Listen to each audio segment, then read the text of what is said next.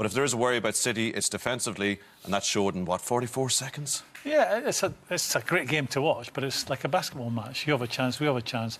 As a manager, stroke coach, you don't want it. You know, you don't want a game like this. You know, being controlled defensively. Highlight Vincent Kompany here. And Vincent Kompany's looking at the ball. You can see where Belfodil is.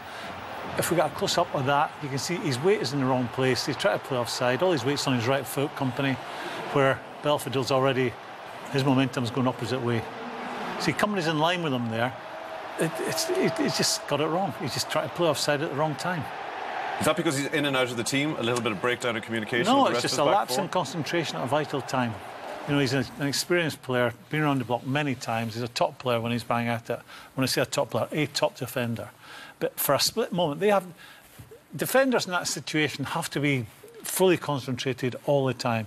You get it out by a nanosecond and it can lead to that. And that's all it was, a split second in his thinking process, and it's allowed Belfodil in.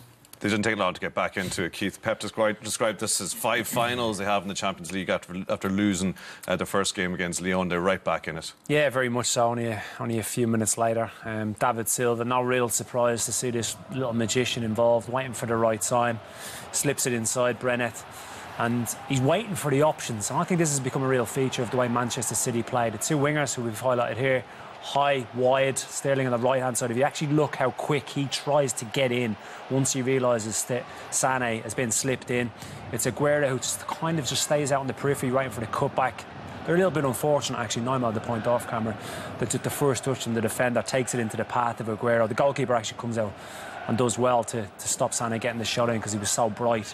But this is a big feature of how City play now. Sometimes Aguero comes short into that 9.5 role, and they have undoubted pace out wide. Now, you told us before the game that Hoffenheim would have a go, but they simply haven't been good enough. No, in fairness, you know, Manchester City have owned the ball. They've looked really, really good. Hoffenheim have great courage and great spirit. It's last-ditch stuff, though, in truth. And you know, you'll see they've got it's something going for them where they're all looking to go forward, and it's just that they're not really skillful enough to do anything like the Man City players can do it if they were to get into that kind of a situation, for instance. So they did get the goal, though, in fairness to them, and Graeme highlighted why. But as soon as they go and do that, they're in big trouble because they just don't have the defensive nous if their players are going forward to be able to marshal the defence properly so that these kind of breakaways don't happen. And it's a feature time and time again. They try everything. Look, you'll see here players jumping in at tackles, trying to get in at the City players. There's 3 there.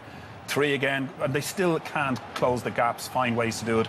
They look a bit disraggled at the back there. You can see Sané comes in, and even once again, he's had 3 players on him. You think that's okay, they'll get hold of that, but they're not good enough to deal with. And there's way too skillful for the Man City, and it's last-ditch stuff that should have led to a second Aguero goal. But it's courageous, it's brave, but Man City are playing all the football. And they're